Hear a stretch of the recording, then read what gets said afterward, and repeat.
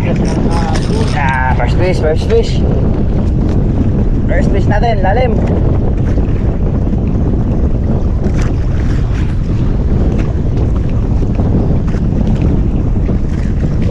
Ang gamit pala namin ni Kuya dito ay palalad, para hindi kami gaanong agusin. Yun ang alternatibo ng ng angkla. Kagandahan no, nagagalugan namin yung ilalim. Ayan, ang unang isda ay sa letra ng B. Okay.